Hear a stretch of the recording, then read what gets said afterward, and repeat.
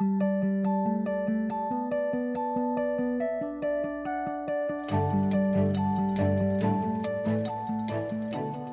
Diane Hopkins with the Georgia Partnership for Excellence in Education. We've got a few new folks in the audience, so to give you the quick take on who the partnership is, we are a nonprofit organization that's been in existence for probably about 22 years now. We were created by the Georgia Chamber of Commerce and the Georgia Economic Developers Association back a couple of decades ago to really focus on education, preparing a workforce, improving education. We are an organization, however, even though we're very much business driven, we are represented by business leaders, education leaders, and government leaders, community leaders as well. We're supported by private dollars, contributions from local businesses, and a few grants along the way and private foundations. We started this particular session 9 years ago, and it's hard for me to believe now that it has been 9 years. But we had reached out to a couple of our print and broadcast representatives who are working close with us, and we asked, what sort of resource can we be for the reporters around the state that really focus on education issues? And that's where we came up with the idea of kicking off the legislative year and the year in general with a focus on what are likely to be the front burner education issues in Georgia. So for that 9 years, we also have been right in this room. We've partnered with Georgia Public Broadcasting. They have been really gracious hosts to us for that entire time. So I would like to introduce Taya Ryan, who is the CEO and President of Georgia Public Broadcasting, to give an official welcome to you.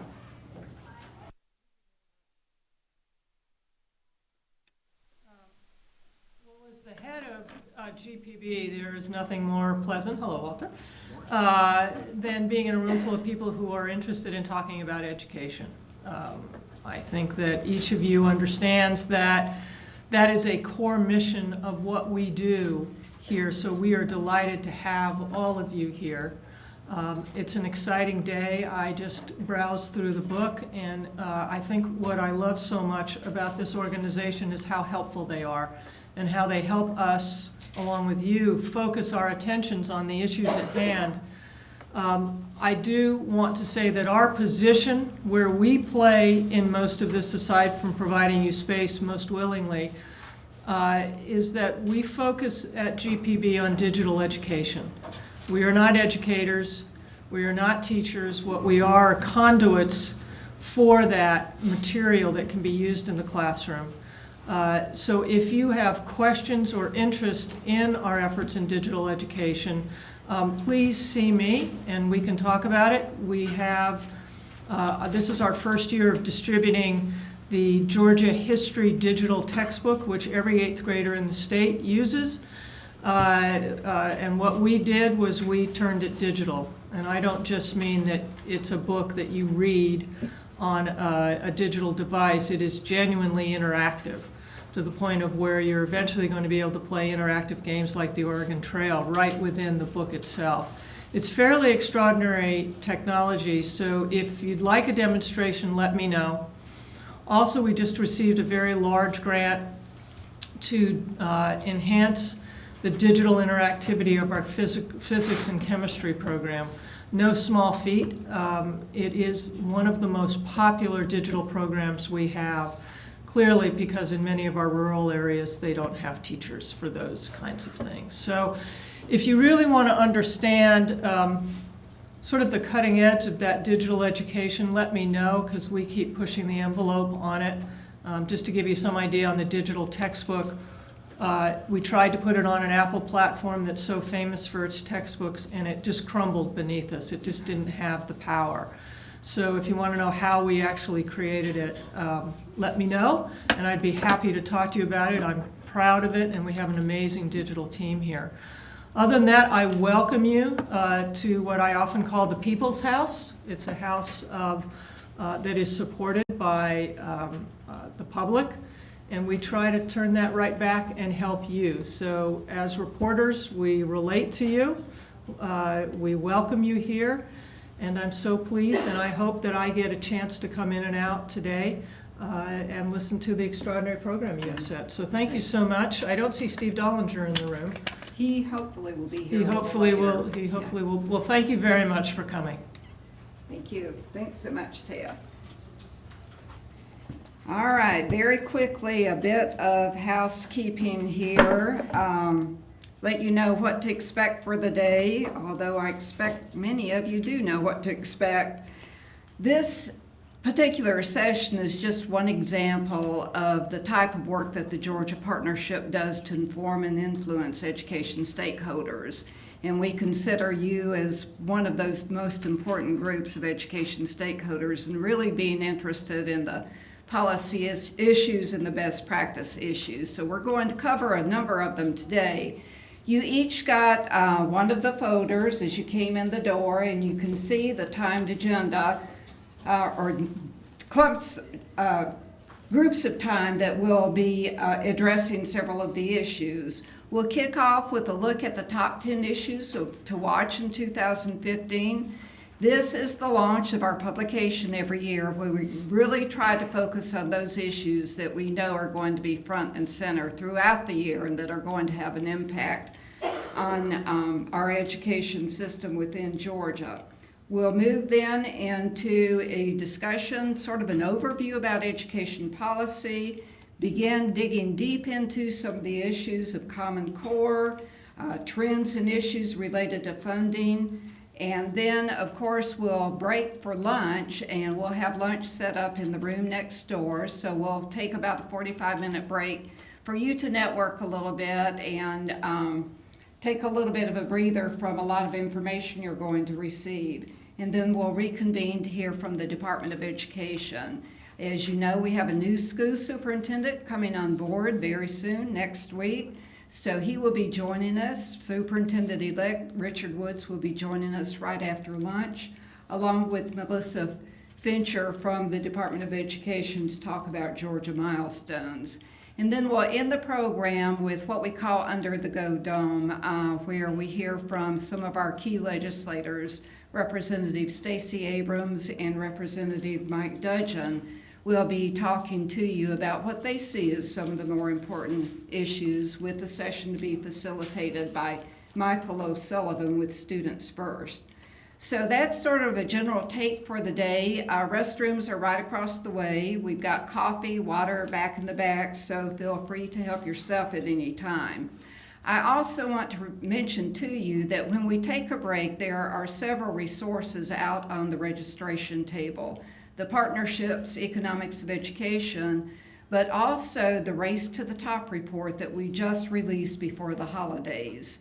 The Department of Education came to the Partnership because they see us as a very much an independent, research-based organization, and asked us if we would do an analysis of the Race to the Top grant, that $4 million that was brought into Georgia and put into implementation in several school districts around the state, affected education in a big way.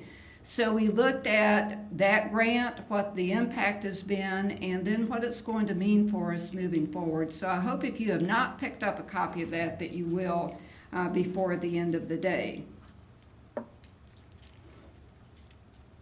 And in the packet of information also, we're not going to go into a detailed introduction of each one of the speakers. You've got detailed biographical sketches in the packet, so we'll do a short introduction of them. You'll find copies of these slides related to the top 10 issues to watch.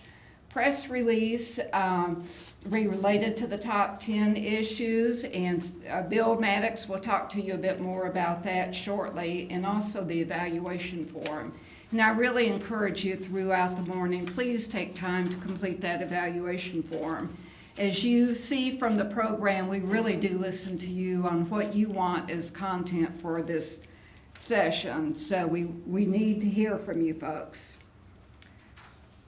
I want to stress also that we built time into each one of the presentations for questions and answers. So don't hesitate to ask questions of the speakers as they come up here. This is the time for you to get the information you need into the types of data and information resources you'll need in order to develop the stories that hopefully will result from this session. I'm now going to introduce Bill Maddox, who is the Partnership's Communications Director. You all know Bill. He has communicated with all of you, and he's going to talk a bit more about what's going to happen today. Thank you, Diane. Hi, everybody. Number 9. It's amazing that we're here again, but we're here every year because it's a success, and we do it for you. So as long as it continues to be a value for you, we'll continue to be back here. Special thanks to many of you who answered my plea back in November, early December. What do you want to hear? Who do you want to hear from? That's always helpful. We try to frame this for you, and we've done our best this time to answer as many of those ideas as we possibly could. So thank you very much. A little bit about the partnership and how we can help you. Many of you talked to us during the year, so you know us. There are a few new reporters in here, so the invitation is always there for you. The door is always open. I am really lucky as a communications director to have 2 of the foremost education experts in the state, and Dr. Steve Dolinger and Dr. Dana Rickman, who you'll hear from in a few minutes. And they not only are experts, they love education, they love talking about education. So anytime you need to talk with them, just work through some issues or whatever, they're more than happy to spend time with you to help you with that. I want to just quickly point out a couple people in here who are going to be observing during the day. It might be helpful for you either today or later on. Justin Polly is in the back there. Justin, communications person with the Georgia School Boards Association. Liz Young is back here in the corner. She's the legislative director for DECAL. Reg Griffin, many of you know Reg. She was going to be here today. He's their communications director. Woke up a little bit sick this morning, as did our boss, Dr. Dolinger. So something's going around, so wash your hands. But Liz is back there if you want to talk decal, but Reg is the guy you go to if, later on. Tim Carroll. Tim, where are you? There you go, right there. Tim is from the Metro Atlanta Chamber. As you know, they're very involved with education. Tim is in their policy department and especially for education. So have any issues for the Metro Atlanta Chamber, Tim is here. Another special person I would like to point out, many of you know her, many of you probably talked with her, is Amanda Milliner. Amanda is our 2015 Georgia Teacher of the Year. You're going to be hearing from Amanda a little later today at lunchtime. If you want some insight on what Georgia teachers are thinking, saying, doing, some of their concerns, grab Amanda. If you don't want to talk education, Amanda, if maybe things changed, but came back with a family vacation to Disney World. Yes? So if you want to just talk Disney World, Amanda will talk to you about Disney World. A little bit about the session. Everything, of course, is on the record unless somebody asks you otherwise. Up to you whether to accept that or not. Our sessions are pretty short, so if you don't get your questions answered here, we just ask for you to kind of move out in the hallway. All the speakers have been told there may be follow-ups that some of you may want to conduct, so we'll just move out into the hall for that. We are being videotaped this morning, so that will be up as quickly as possible next week if you want to go back and look at some words and things like that. That will be available, and I'll let you know when it is up. That's my admin notes. Now moving on to the old top 10, the 11th edition of the top 10. And we always ask you to help us get the word out on this document if you can. Let people know that it's there. It's one of the greatest general education resources I think we have in the state. It's all legislators get a copy. It's being used by several college and universities in their teacher preparation programs. So we're very, very proud of it.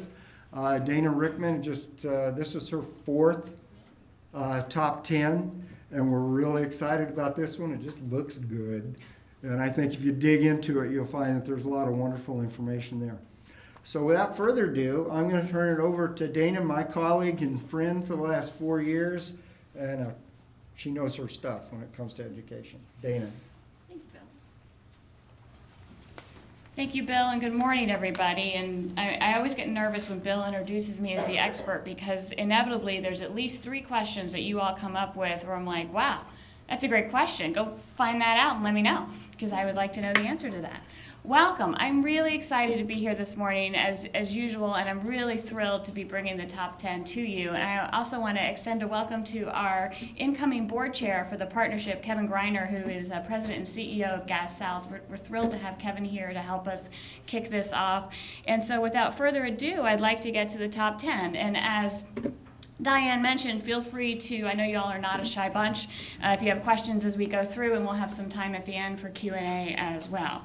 And so our top 10 issues to watch for 2015, just a little bit of a background for those of you who may be new here. Where people always ask, where do the top 10 come from? What are they? How do we develop them? And they really are, they're a nonpartisan research-based look at some of the major issues that are facing, major issues in education that are facing us as a state.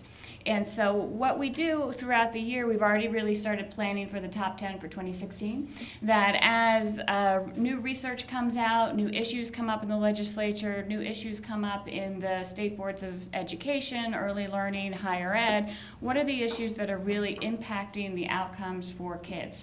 And so we follow that throughout the year, and we look at national trends and trends in Georgia as well. And I have a little file in my desk to say, ooh, this might be interesting for the top 10. And then around September, I pull together sort of who I think are the best of the best and the brightest of the brightest in education policy in Georgia. And so it's counterparts of mine in other advocacy and lobbying organizations that are sort of keyed into what's going on. But we also have representatives from DOE, DeCal, higher ed, and also the business community and philanthropic communities. And we just come together for a really great meeting to talk about what's going on, what's going to be hot, what's going to happen in the legislature, what's a major initiative that's going to be rolled out, and things that, frankly, we need to watch. And so we pull the list together that way. And so most of these, usually about 8 or 9 of the 10, are really the hot issues that everybody's kind of talking about and may have major impacts on student outcomes.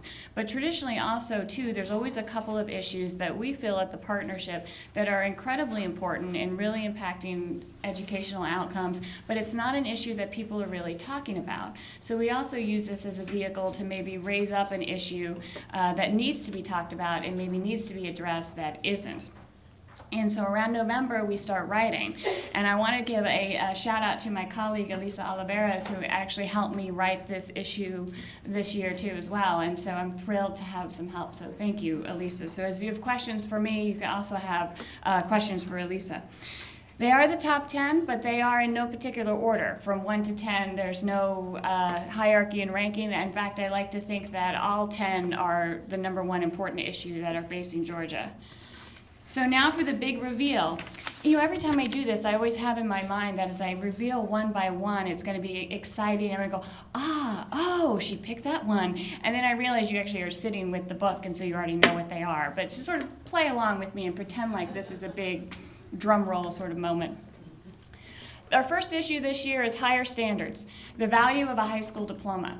You know, traditionally back when I was in school, especially K-12, the goal was to just get kids a high school diploma. And if you had a high school diploma that you could probably make a family supporting wage for a career in your life, well, that's no longer true. And so what we have to do now is when kids graduate high school, that's not the end of the path. They have to be ready for the rigors of college, career, military. We've really upped the stakes on what needs to be in that high school diploma. And so this issue really looks in detail the higher standards, the accountability, the graduation standards that we have in place, and what does it mean to have a high school diploma in Georgia. The second one is assessments. How much is too much? Nobody? Okay, fine. Melissa Finchers will be here this afternoon to talk really specifically about the Georgia Milestones Assessment System, which of course is new in Georgia. So if you have real specific questions about that, I would suggest you save them for Melissa because she's the expert. But this issue looks more broadly, it includes a discussion about the milestones, but looks more broadly at the questions of assessments in general. Why do we have them in Georgia? Why do we need them? Are we over-testing? What's important about them? And really, what's happening in Georgia in terms of assessments, from early learning all the way through high school graduation? Number 3, district governance. Charter systems, i.e. squared, are status quo, traditional school systems. There was legislation passed a couple years ago in Georgia that each school district is going to have to pick a governance structure. And this has to do with how the district relates directly to the state in terms of flexibility and funding and accountability. And so we know systems like Fulton County and APS have are going to become charter systems. Cobb County recently announced that they want to be IE squared. And so this issue really looks at what do these even mean? What's the difference? What are the implications in terms of districts? To elect or appoint regarding the state school superintendent. As you heard earlier, Representative Mike Dudgeons is going to be here this afternoon, and he is going to drop a bill in the legislative session to change how we get our state school superintendent. Currently, it's obviously an elected position, and so there may be a move to have that be an appointed position instead. Funding reform. How do we divide the pie? Later this morning, you'll hear from Claire Suggs at GBPI about funding reform in Georgia, but there will be some discussions moving forward about how we fund K-12 and the distribution of the money that we have and the funding formula and all of that sort of thing, which obviously has huge implications for ed policy. Early learning, challenge accepted. There are 2 of these issues. After I go through this, I'm going to go into detail to talk about, and number 6 is one of them. The second issue I'm going to go in detail is post-secondary success, the key to Georgia's education workforce. Issue 8, charter schools, new challenges. You know, a couple of years ago, there was a very heated debate about charter schools in Georgia, and it was a very sort of black and white, pro and con about charter schools. And I think we can all agree that that discussion has been settled, that charter schools are here to stay in Georgia, and we have really embraced them and become a charter-friendly state. This issue really looks at what are the remaining issues around that. What do we do about charter schools that don't perform very well? How do we support charters that are exceeding and are excellent? How do we replicate them and learn from them? There's also issues around accountability for charter authorizers, and we've been hearing more and more about a statewide recovery district and how do charter schools play in that. So those are some of the issues that get in number 8. Number 9, equity in education, access and opportunity. This is one of those issues where I alluded to before that we feel that this is an important issue facing the state of Georgia, but has not gotten a lot of attention. And really, when you look at the changing demographics in Georgia, our fastest growing segment of our public school population among them are children living in poverty and English language learners. And those are the least likely group to graduate from high school, and they don't have the same kind of access to things like AP courses, GT, gifted and talented programs, high quality teachers, things of that nature. And so if we're looking to raise the educational outcomes of all students, we really have to look at equity and access to high quality resources and education opportunities. Number 10, race to the top. Now what? Obviously I was getting a little tired when I was naming these, but at the end of the day, so really, we just finished a $400 million grant. What did we learn? Where do we go from here? Obviously an expanded, very in-the-weeds detailed report that we just published covers a lot of this, but if you want sort of the Cliff Notes version, read issue number 10, and that gets us where we are. So those are the 10. As we go through, as I said, I'll address 2 of them specifically, but if you have questions about others, I encourage you to ask them as well, and also remembering that a lot of these will be addressed as we go through today. Before I get into the detail of the other 2, one of the things I wanted to point out, if you look in your book on page II, near the beginning, we have what we call indicators for success. Now this is our 11th edition of the top 10, but about 5 or 6 years ago, we started including these indicators for success because as the partnership, we were thinking, we keep telling people about these important issues for Georgia. And so we thought about, well, so what? Like, to what end? Why do we keep talking about them? What's happening in Georgia? Are we making any progress? Are we really making any difference by looking at these issues? And so we started to track data. And not only am I a policy wonk, I'm a data nerd. So you guys are lucky that you just have this one slide with data. I decided not to put all 9 because we could talk about that all day. But I wanted to just sort of draw attention to some of the trends and why this is important. So if you look at the first two, and I have a clever coded scheme up here, so if you can break that code, very good. The first two, low birth weight babies and early education enrollment. Over the past couple of years, and you'll see in the data, we have Georgia trends and then related to national averages. So how are we doing compared to the rest of the nation? And for the first two in the early learning side, we've stayed about the same. Our enrollment in early learning and our low birth rate babies have stayed about the same, and how we relate to the national averages really hasn't changed very much. The one that concerns me, and the one thing that really keeps me up at night in terms of education policy, is our children living in poverty, and that gets a big red X. And not only do we have more children living in poverty than we used to, we're growing exponentially compared to the rest of the nation. If you look at your graph, you'll see that in the time frame that's there, the percent of children living in poverty in Georgia grew by about 5%. During that same time, the rest of the nation only grew about 3%. So not only are we getting more poor, we're getting poorer faster than the rest of the nation, and that's a huge concern. And this is something that you'll probably hear Claire talk about as well. The kind of stress that this puts on our educational system is huge. Around 2002, the number of children receiving free reduced price lunch in K-12 was around 43%. In 2013, it was 62%. That's about a 20 percentage point increase, and that creates an exceptional amount of stress on our public education system and really impacts all of these policies that we're trying to implement. Fourth grade reading, and you'll see I have a couple of different shadings of green, and I'll tell you why. The green shadings are all that they're getting better. The dark green is that not only are we getting better, but we're actually closing the gap with the national average, or at the national average, or exceeding the national average. So those are places where we're doing really well.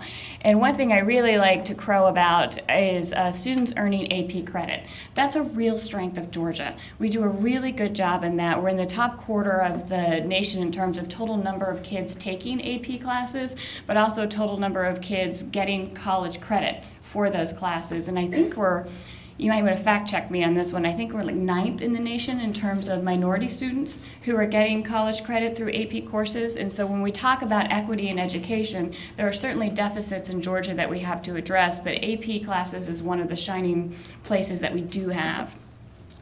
8th grade math, 4th and 8th grade math are measured by the NAEP. 8th grade math is green because we do have a positive slope. More and more kids are meeting expectations, but we're not closing the gap with the national average. We're sort of gaining at the same rate as everybody else. And you could see with higher education as well, we're having more and more people with an associate's or bachelor's degree, but at the same rate as the rest of the nation. So we're not really gaining any ground there either relative to other states.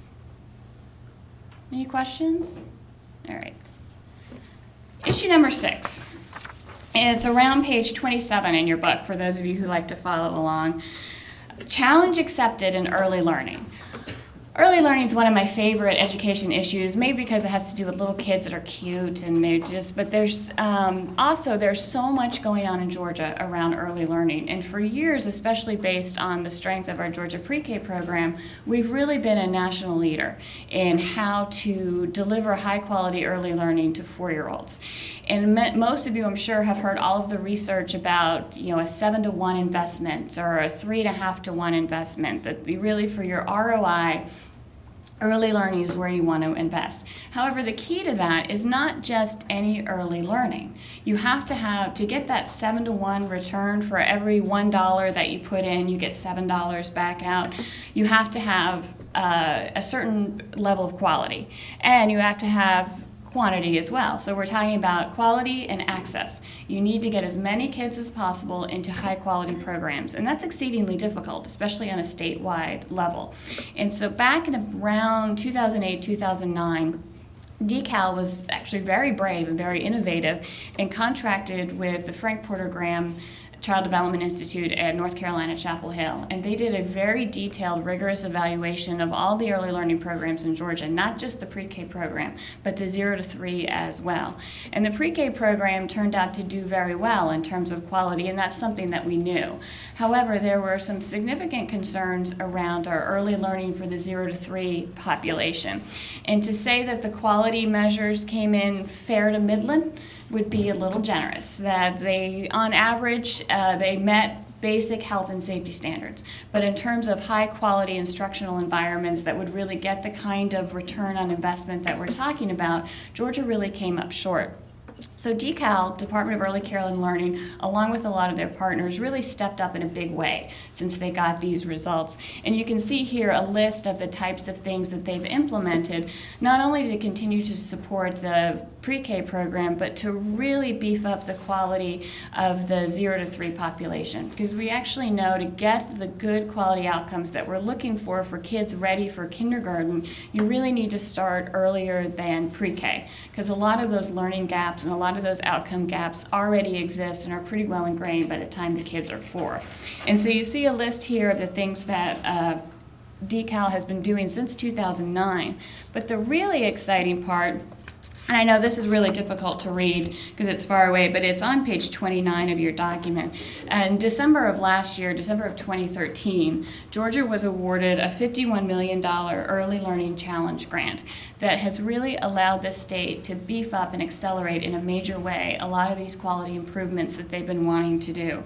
And the goals of the Early Learning Challenge grant is, again, improve overall program quality and early learning outcomes for children with a specific focus on children with high needs, and really to increase the number of children with high needs enrolled in some sort of high quality early education environment. Now that could be a center, it could be home care, could be part-time care. And so we're really looking at a broad spectrum of early learning opportunities for children. And you can see here there's 5 major buckets of what the Challenge Grant is trying to do. And it goes from state systems, high quality programs, early learning outcomes, really focusing a lot on the education workforce, the people who are in the classrooms every morning from the infant room all the way through the pre-K room, and thinking about what is a good high quality early learning teacher.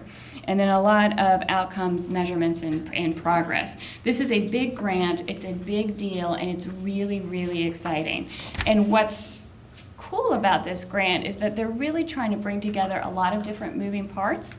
And so they're going to pilot it out in what they call Early Education Empowerment Zone, E3Zs, or EZ3s. I may have that backwards. I think it's E3Zs.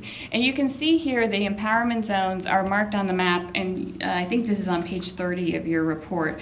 But the department has selected 4 different regions of the state. And each of these regions represent about 10,000 children under the age of 5. And this is where they want to bring together all the different programming that they're trying to have: community involvement, business involvement, early learning, get the higher education systems involved, and pilot out a lot of these programs to figure out what works, what doesn't work, and what does work, how can we share those learnings with the rest of the state. So this is a very exciting thing that's going to be happening. And for those of you reporters, I'm not sure where everybody is from, but if you're from one of these areas, we have up in North Georgia in the Whitfield County area, Bibb County, Clark County, and then down in the south, sort of Colquitt, Loudons County area. If you report on any of these areas, pay attention to what's going on here, because this will definitely be something to watch to see the development of. And I know that, I think Liz Young from DeKalb is here. If you guys have more questions about the Early Learning Challenge Grant, I'm sure she'd be happy to talk to you about that. The second area that I want to talk about today: post-secondary success, the key to Georgia's workforce. Now this graph, the numbers on the top are the numbers that you hear all the time. We've got a 72% high school graduation rate. It's going up. That's exciting. The challenge that faces Georgia, however, again, these are the numbers you always hear: 60% of the jobs by 2020 are going to require some sort of post-secondary education. Currently, about 42% of Georgians have that credential. So we have a gap of about 250,000. Now, what exacerbates that gap is this chart here. I think we're on about page 32 of your book if you want to follow along. And this looks at where the jobs are and what our potential employees look like. And so we have more high-skilled workers than we have high-skilled jobs. Not a lot more, but some. But where we have our biggest gap is we, as a state in Georgia, have a heck of a lot of middle-skilled jobs. And these are the highly technical jobs like welders, plumbers, electricians, machinists, things of that nature. We don't have nearly enough people with these kinds of skills to match these jobs. And then where we have a surplus of workers is in the low skill, where we have a relatively small number of low skill jobs available, and we have a larger percentage of our workforce is in that sector. And so because of this mismatch, that's why we see, periodically in newspapers like yours, you'll have one article that says, all of these new jobs are coming to Georgia. There's plenty of jobs in Georgia. We're attracting new businesses all the time. And then next to that is another article that says Georgia has one of the highest unemployment rates in the country. Why is that? Well, it's this gap. And the challenge that faces us right now is we need to figure out how to get those in the low-skill workers, how do we get them up to the middle-skill workers to close that gap? So what are we doing? Well, as it turns out, the state's doing a lot. They're really focusing a lot on how to figure out, especially those middle-skill worker jobs, but how do we get more people, both currently in high school in the education pipeline and those who have left school, how do we get them back and get them into where Georgia has jobs? This is just a listing of a couple of them that I'll go over. The career clusters, I think a lot of you have heard about. In the high schools now, there are career pathways that the Georgia Department of Education work very closely with the Georgia Chamber of Commerce, Business and Industry, in figuring out what are the career pathways in Georgia that we need to develop. And there's 17 of them, and they range from agriculture all the way down to banking, logistics, college prep, all of these different pathways. And then local high schools can pick what pathways will help develop their workforce, for example. You see a lot of partnerships with the local technical colleges, so you get a lot of dual enrollment programs. So in different pathways, students can graduate from high school with a certificate in welding, for example. And so that's been a real good thing for Georgia, and it keeps more kids in school. It keeps them interested. It makes school relevant for them. And so it's a win-win all the way around. Another initiative that's been going on for quite a while in Georgia is the Complete College Georgia initiative, which is works between the University System of Georgia, the Technical College System of Georgia, and the Georgia Department of Education. Each of the institutions of higher education have had to come up with a Complete College Georgia plan to figure out how to get their enrolled students through to a degree faster and more efficiently.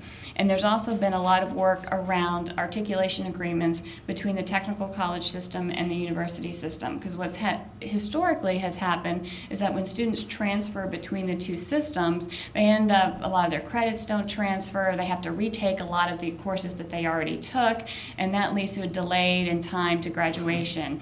And so with these articulation agreements, they can take all of their courses with them, and it helps them graduate faster.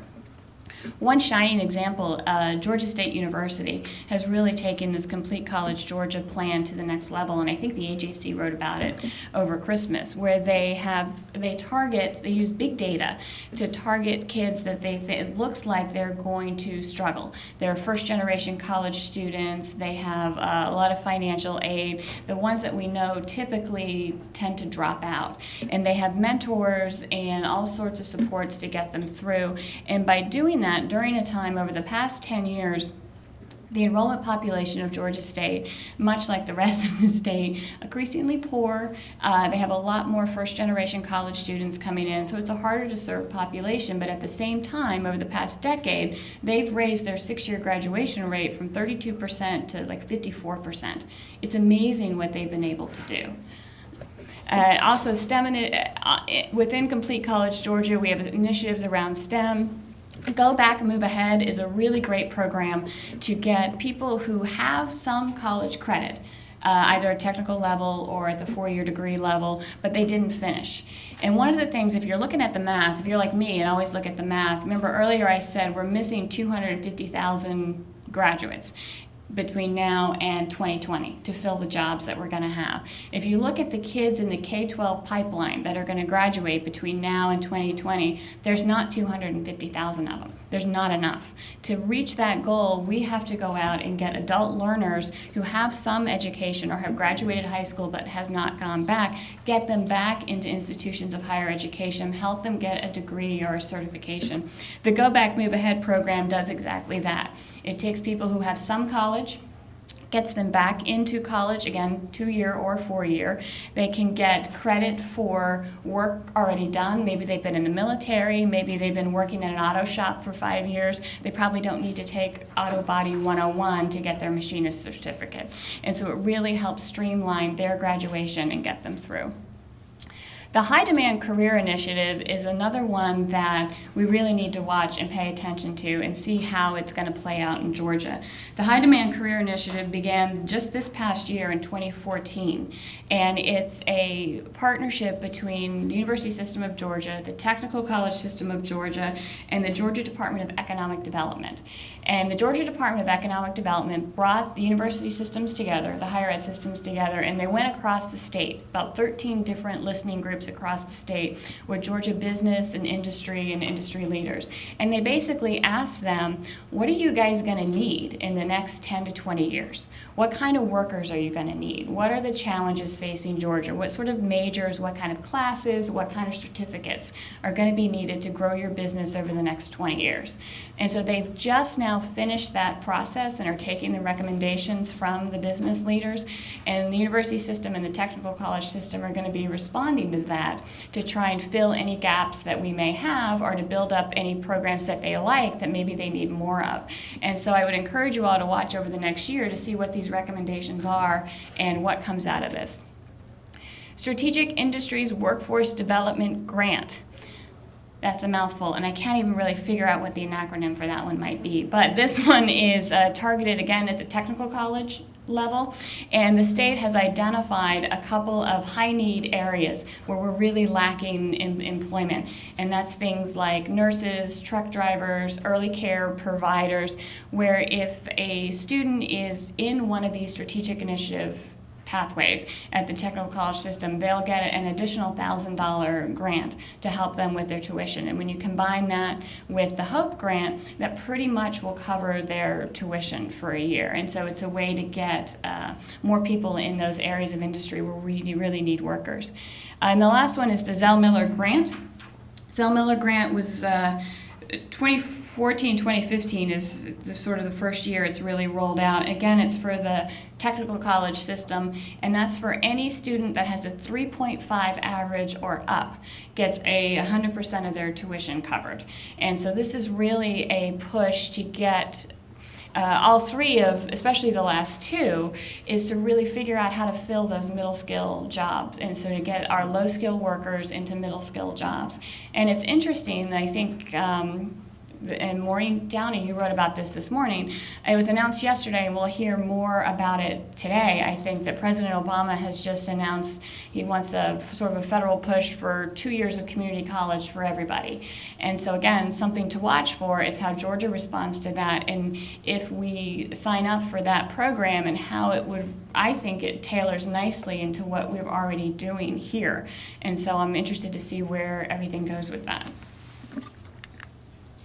And I'm told I have 2 minutes, is that right? 2 minutes for questions. Maureen. Are you concerned, what I'm seeing in Georgia is this push to the alternative tracks and career tracks. Yeah.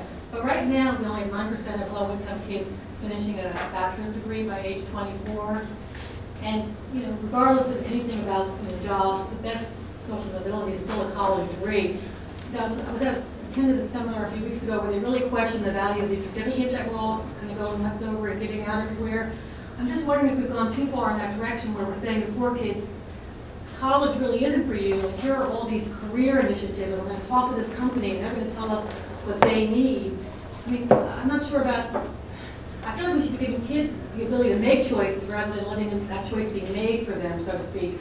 I'm just worried about that trend, and I'm wondering what you think about that. You know, I think that's an excellent point, and I think that's something, again, something for us to watch for, and to make sure that kids are not being, especially with the career pathways that are in the high schools, that kids aren't being tracked, and kids aren't being, you know, sent into different places. But I think the intent of this is not that. And so again, intent versus reality is something that we need to hold people accountable for. But I think that what we've seen in Georgia is that typically the gold star has always been just go to college. Get your 4-year degree and everything will be fine. And what we've learned with the changing economic sort of structure, that isn't necessarily the only way to go. And so I think as a state, what we've done is really tried to broaden the appeal and broaden the awareness of that 4-year is an option. It can be a lucrative option. If you're like me, though, and you said, oh, I want to major in French, it's not all that lucrative. But there are other lucrative mobility options that create family supporting careers through the technical colleges. And what we've actually found is the enrollment increase in the technical colleges that we've seen over the past couple of years are actually people with bachelor's degrees who have like a BA in English, who have gone back to the technical schools to get a technical skill so that they can get a job, especially in the STEM fields that are growing so fast, science, technology, engineering, and math. And so I think it's not so much that we should say everybody needs to now go get a technical degree. I think what we need to be careful with our messaging is that this is a legitimate option. It does provide upward mobility, but you need to be targeted about what you're doing. And so think about like these strategic initiatives, where the jobs are going. Just any technical degree, much like just any college degree, it may not get you where you want to go. But it is a source of information. I think more people need to understand what all of the options really are and how that fits with what your interest as a student potential employee might be. I have kind of piggybacking on that, but from the opposite angle, I cover an area that we have 90% graduation rate, so going to college is not an issue. Right. The issue is that we have a lot of kids who don't want to go to college, and the requirements for a Georgia high school degree, there's only one degree in Georgia, Right. and not every child needs the 4 years of science and 4 years of math, but there's no options. And I have 2 kids in high school. Those career pathways, I'm not really sure that we're even doing that in the high schools, because I can guarantee you my 2 children are not on any pathway other than college. So what are the options? Are you going to encourage Georgia to perhaps have dual degrees, so you have the college prep, but you also have the degree that allows you to go to technical college without all of the requirements? I think you are going to see some discussions around our high school graduation requirements. There has been a lot of pushback, and this you'll see it in issue number 1. We have one of the highest, most rigorous high school graduation requirements in the nation, and that's one of the reasons why when we compare ourselves to other states, that we're in the bottom in terms of the percentage of our kids that graduate high school, is that we do require 4 years of math, we require 4 years of science. For example, I think Alabama or Mississippi only require 2 of each of those. And so clearly it would be more of their kids are going to graduate if they don't need those 4 years. And so there will be some discussions, I think, coming up this legislative session of do we really need to stick to those 4 years of math and science? Is there an alternative? I know Governor Deal is very excited, and it sounds like a good idea of requiring an option of computer science, that they could substitute a computer science course for one of those math or science courses, or potentially for foreign language. You may hear more about that today. I think we still will also hear more discussions. There's been a push for a couple of years now, especially in terms of the one diploma. At the very least, we should look at some sort of special ed diploma. Students with IEPs, students with special needs have to get the same diploma as everybody else. In a lot of states, there are special ed diplomas that can then be used to go to institutions of higher education. And so that's not an option in Georgia, and typically that comes up every year to talk about. And I think I have been given the hook. And so I thank you very much for your attention and your time. I will be around all day if you have any follow-up questions, and I'm going to turn it over to Diane. Angela. Okay. I'll do the segue Okay. here. Angela doesn't have a thing, right? No. Angela Palm, who is the Policy and Legislative Services Director for the Georgia School Boards Association, is going to join us next to talk about a wealth of education policy issues. As you know, she's a tremendous resource, has Had a history of being involved in education policy issues for years with the Georgia School Council Institute and now with the Georgia School Boards Association. To me, she is the ultimate voice on school funding and school governance. So we welcome Angela to join us now and look forward to hearing her comments. Thank you, Diane. Good morning. It's nice to see all of you. There are a number of people in the room that I have talked to on the phone but haven't actually seen you in person, so it'll be nice to meet some of you today that I don't already know on a personal basis. I want to talk about a few things that we know will come up legislatively. I know we have a panel later this afternoon with legislators who will know a lot more about what's coming than I do. But also to talk about those things in a broader context of some things that we already have and how they might or might not fit in. One of the topics is the recovery district. The governor said before the election, he mentioned that he was interested in looking at creating some kind of district similar to Louisiana. There's also one in Tennessee, and several other states have done some variety of an effort of creating some statewide district in which low-performing schools are placed. So in terms of that, let's back up a little bit and look at what accountability already is in Georgia. Since 1999, we've kind of been on a mission in this state to create some kind of structure of consequences and rewards for schools and school districts based on how the students perform on the criterion reference curriculum test. Until this year with the milestones, we just called them the CRCTs. And later we added the end of course test. With the No Child Left Behind law passed, Congress in 2001 went into effect in 2002, then we added the federal requirements to that. A couple of years ago, we got a waiver from No Child Left Behind.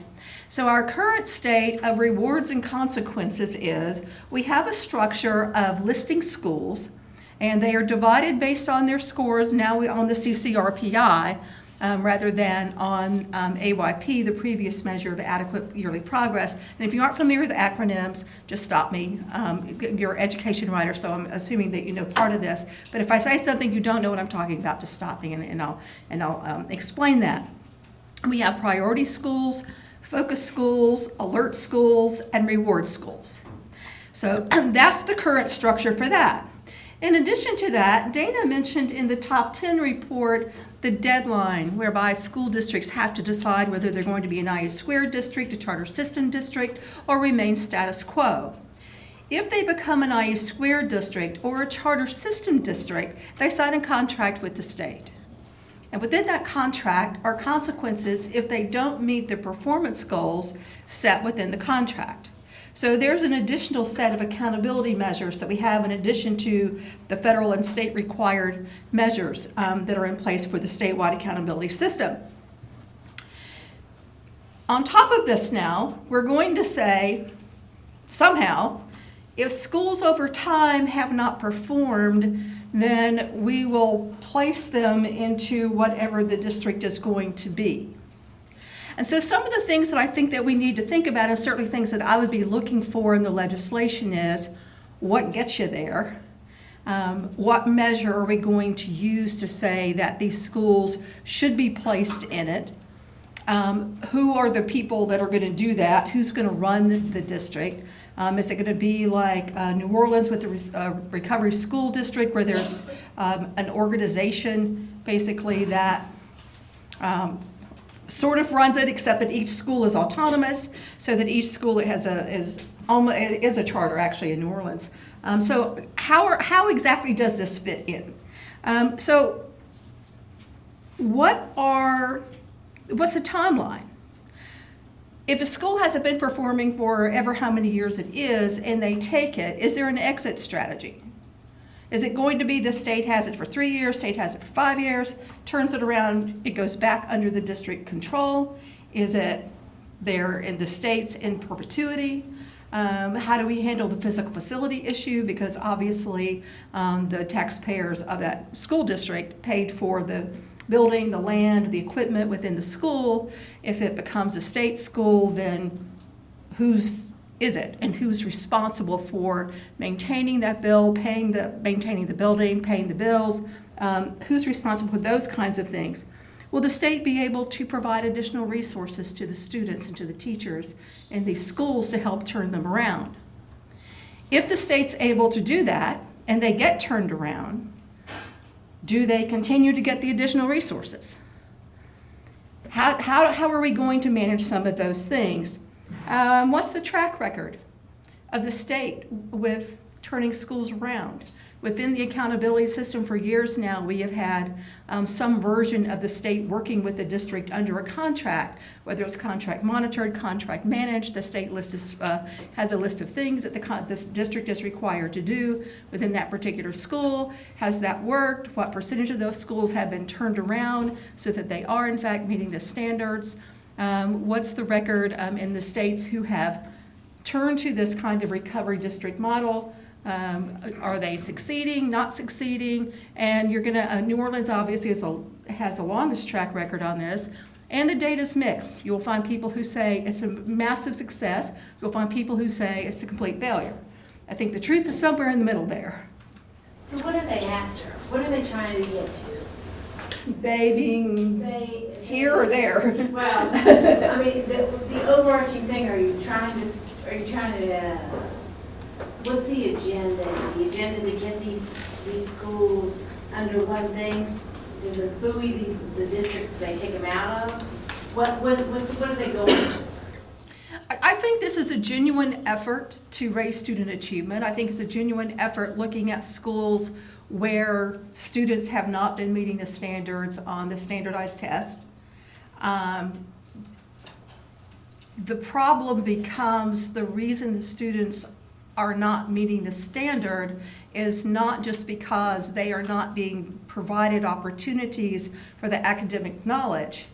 It is frequently a culture in the school, in the community from which they come, in the homes from which they come. How well a student achieves is a function of not just the school and what they're provided at the school, but also the actions of the adults in that child's life, and also the student themselves, their willingness and ability to learn, to follow through, to do the work. And it takes all three of those entities working together. And if we're only going to go after the school portion of that equation, then I don't know how successful it's going to be. And that's why I say, let's look back at what has already happened with the state working with low-performing schools and see what happened in those cases. So I really think the agenda is to try to find a way to raise achievement in those places where it has truly lagged, and nothing in the district has apparently worked so far, and nothing within the current accountability system has worked so far. Is what I think the agenda is, Nancy. So I think that that's one area to look at. And I think that when we start looking at it, that we also have to remember all the other accountability measures that are in place, so that we don't just start adding something else and we figure out how these things work together, or how, if they can work together and complement each other. Another area that we keep revisiting is expansion of school choice. When you look at school choice in Georgia, we have magnet programs in districts.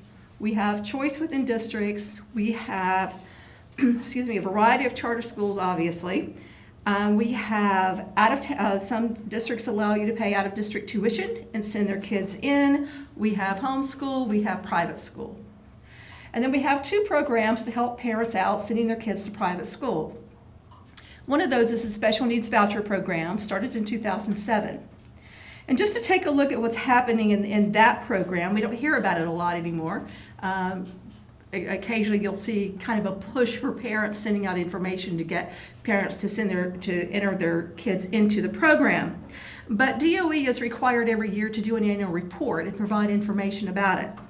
69% of those participating are male, 56% are white, 8% are eligible for free or reduced lunch.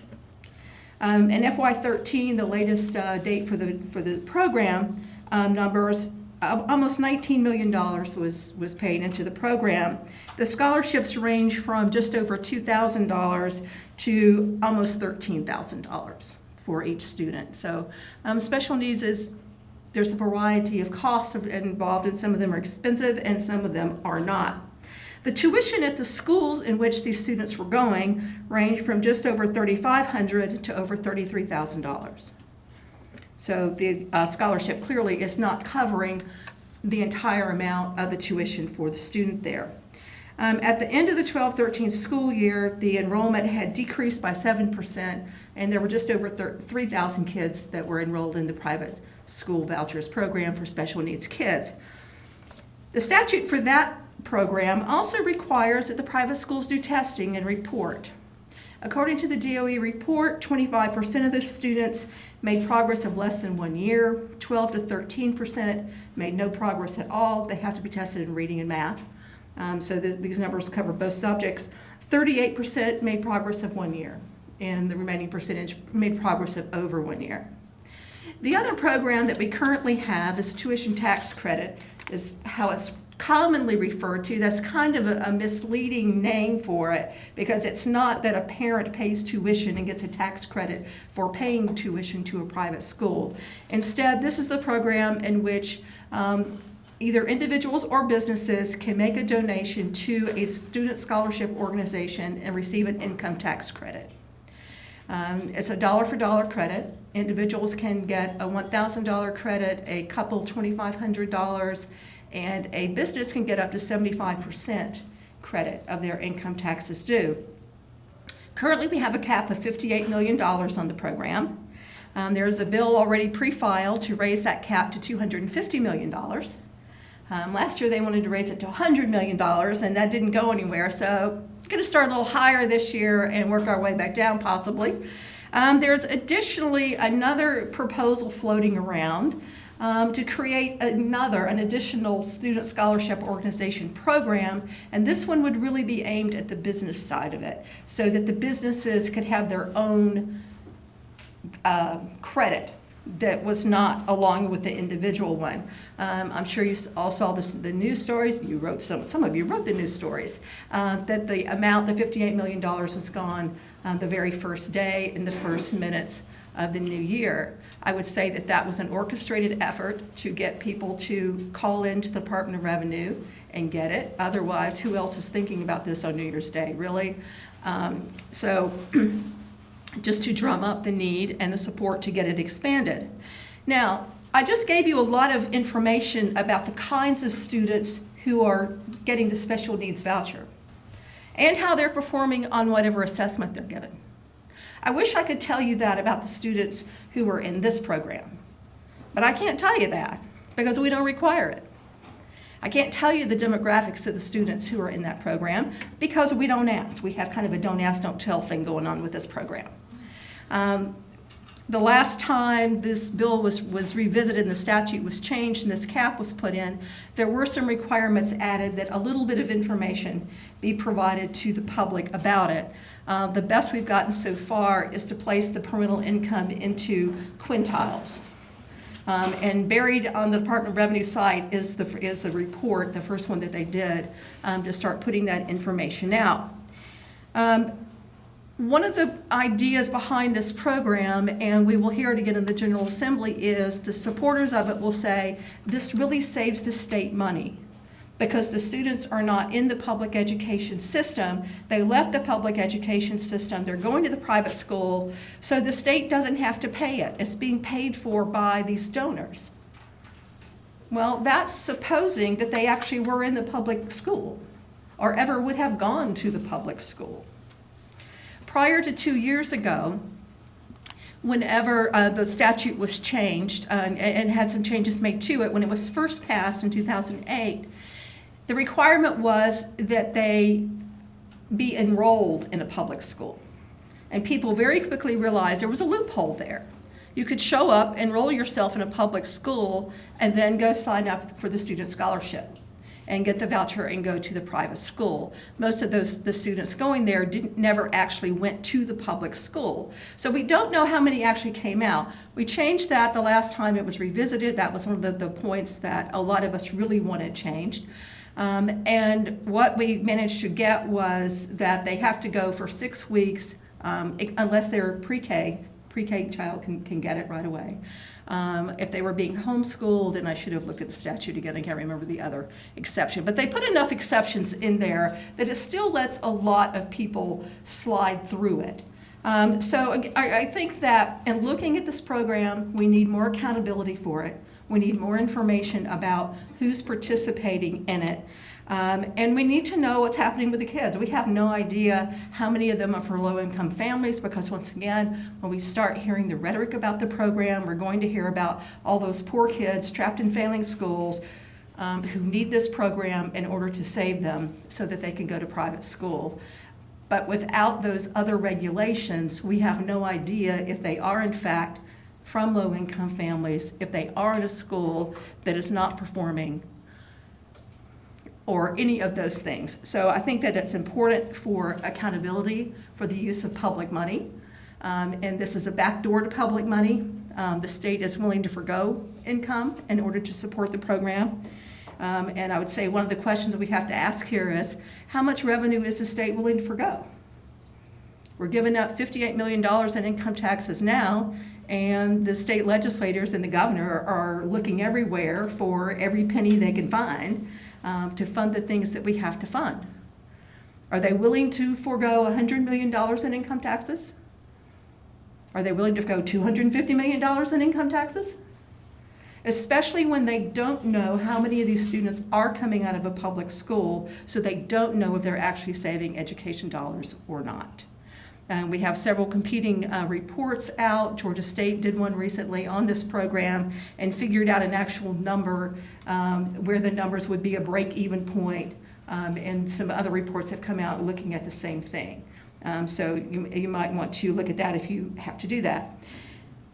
In closing up what I was going to say about school choice, people often say we're at a crossroads. I think we've already passed the crossroads. I think that we are in the midst of changing the way we look at education. We have long paid taxes in order to fund a system to educate students. And we seem to have moved now to where we are paying taxes to fund a student.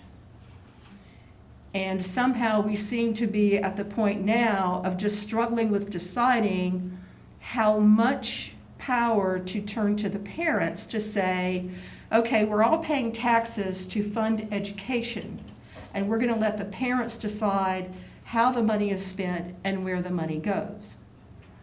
The special needs voucher program that I mentioned before, there are a number of religious schools that participate in that. The tuition tax credit program, I'm positive there are religious schools that participate in that. And there are many taxpayers who would say, I don't pay my taxes for a child to go to a religious school and be educated. So where does that fit into the discussion and what the policy of the state will end up being in how we're funding and why we're funding and who gets to decide? Are we simply moving to an education system that the purpose is to make parents happy? And as long as the parent's happy with wherever the child is, then we're all good. Then we also would have to ask, what's the purpose of accountability for the use of public money? When we come to public education and you look at the state laws, clearly we have decided certain things. We have decided that teachers must be certified in order to work in a public school. We have decided that we have to have a certain number of assessments in order to test how students are doing. We've decided that schools and districts are going to be graded in one way or another on how those students perform on the test. We have decided that teachers' pay and promotions is going to depend partly on how those students are performing on those tests. We require numerous financial reporting from the public education schools, all in the name of accountability for public dollars. And I have no issue with accountability for public dollars. I think that's an excellent thing. I like to know where my tax dollars are going to. But we have to say, if we are going to continue to move towards the private side or to some combination of public-private, then what are the requirements for accountability for the use of public money? And even to the point of saying, when is a school a public school? if these schools are functioning mostly off of the money from these programs? Is it a public school or a private school? Is it the money and the source of the money that makes a school public or private? So those are some of the policy questions that I would throw out and say those are some of the things that we have to consider and keep in mind as we continue to move down this road and the changing landscape of public education. Another topic I want to bring up, and Dana mentioned it a while ago in the top 10, state governance. Mike Dudgeon has said several times now before the election, so it was not dependent on who won the election as to what he did, but to have a constitutional amendment to take another look at the state level governance of the state superintendent and the state board. We have long had the situation the way we have it now, with the state board being appointed by the governor and the state superintendent being elected by the people. And the state board is constitutionally the authority. They are the policy-making body, the rule-making body, not the superintendent. If you look in the statute, the superintendent has no duties within the Constitution itself, and the statute is fairly general. He's supposed to visit schools, for one thing, and not a lot else is the superintendent of schools given in duties. We've had 2 attempts to change this before. In 1984, there was an amendment taken to the voters to change this and have the state board appoint the state superintendent. That one lost by a narrow margin. 51% voted yes, 49% voted no. Only a difference of less than 31,000 votes in that one. 4 years later, it went back to the polls, but it was a little different in 1988. This time, it was to provide for an office of the Commissioner of Education instead of the state superintendent of schools, and authorize the state board to appoint that person. So when people talk about these 2 votes, and we need to keep in mind, these were very different things. This 1988, 60% voted no. That was a difference of almost 307,000 votes between the yes and the no, so it was 60-40. But I think part of it was that they were changing the title. I had just moved to Georgia at that time. I'd been here maybe a couple of years, and I probably voted no because I wouldn't have known what a Commissioner of Education was. Were they creating some kind of grand poobah of education, or a czar, or what is that? And having everybody appointed, an appointed body appointing the person, also is a little bit problematic. I will tell you that GSBA has long had a position, I'm guessing it came out of the late 80s, if not the late 80s, early 90s, that we support the change in the law to have an elected state board by congressional district, nonpartisan elections, and for the state board to appoint the superintendent. If this goes, you will see GSBA in support of it if it's done in those terms. But I think for the constitutional amendment to go anywhere, you're going to have to change both sides of it. You're going to have to change, if you want the superintendent to be appointed by somebody, I don't think the voters are going to give up being able to vote for somebody unless they get to vote for somebody else. And how we vote for the state board, I know there have been various discussions about how we do that, and I assume Representative Dudgeon will talk more about that this afternoon. I want to switch a little bit to federal issues.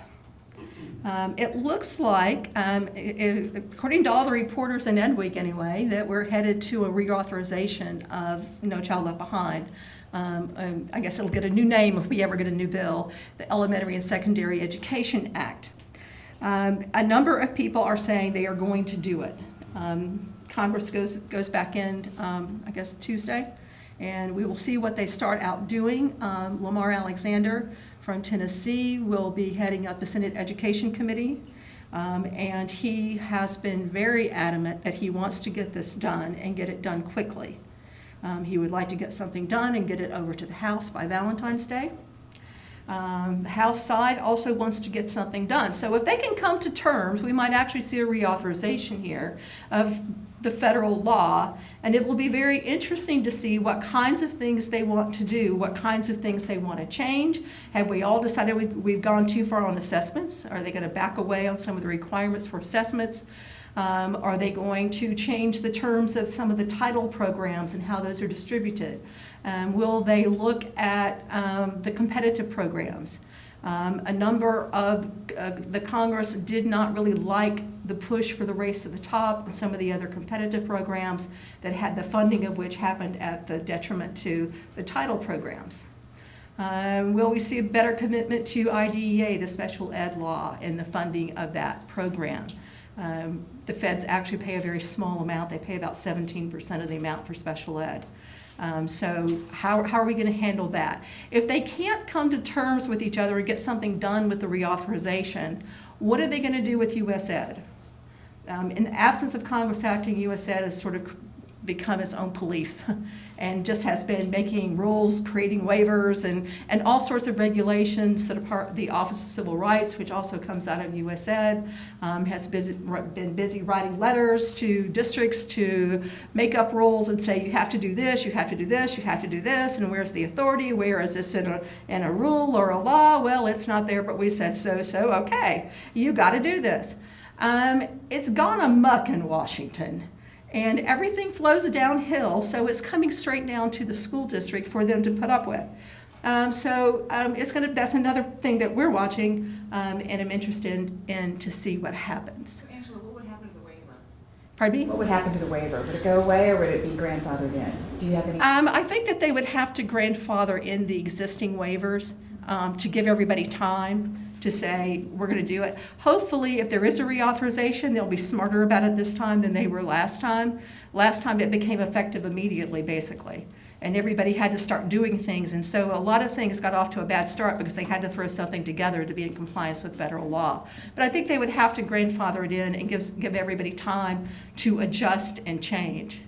Because we would also possibly have to change some of our state laws to reflect that, because a lot of the testing requirements we have in our state law that were there before No Child Left Behind, Roy Barnes figured that was what was coming, and so it was designed around that, so they pretty much were aligned with each other. So it's going to be interesting to see what happens. Yes? We have a waiver from No Child Left Behind for the accountability system, and other states now all have their waivers, and so we've got this piecemeal thing happening nationally. I'm curious, what do you think of the accountability system that we've replaced No Child Left Behind in? Do you think it's working? Would you like to see some version of it continue, or do you feel like that needs to be revamped also? I think it needs to be revamped. I think it was a beginning, and I will confess that I was right there in support of the standards-based accountability system. I think that it was intended to be a beginning and not always continue this way. A large part of what it did, I thought, was bring attention to subgroups, which we didn't do before. Georgia had just passed a law, so we would have been doing that no matter what that did. But the reporting, I thought, was key. I've been very disappointed, actually, that the transparency requirements have not caught the attention of the public. I thought personally, and I think a lot of other people did too, that once reports were online and had to be given out, that people would be very interested and go, oh, look, why, and start asking questions and say, why is this? And that would be an integral part of improvement. It really hasn't worked that way. So I think it was a place to start. I think that we've had a way long time span now to look at how it's worked and know where it went wrong, the things that we need to back away from. And I think the testing is one of them. But again, we needed to create some kind of baseline and know where the kids were. I would prefer to see more of the my mind just went blank on the other kind of test. More things to go back to ITBS, the Iowa test, or something else, so that we have a better feel for how the students perform against a national group of students, rather than keep testing them on the Georgia curriculum. But that's my own personal preference. Anybody else? Because I'm about to have to go. One more question. One more question, maybe? Yes. The recovery district, would that require a constitutional amendment? Yes, the governor said he will be bringing a constitutional amendment. Somebody sent me a text last night and said they heard him on an interview last night and said that this session he would bring a constitutional amendment to do that, to deal with. I think in the interview he said to deal with the low-performing schools, but the only way I've heard him talk about it is the recovery district. Thank you very much. Thanks so much, Angela. Hopefully, she will plan to be around here for a few more minutes in case there are any other outstanding questions. We're going to take a 10-minute break. There's still coffee, breakfast foods in the room right next to us. So if you want to get up and stretch, we'll reconvene at 11 o'clock.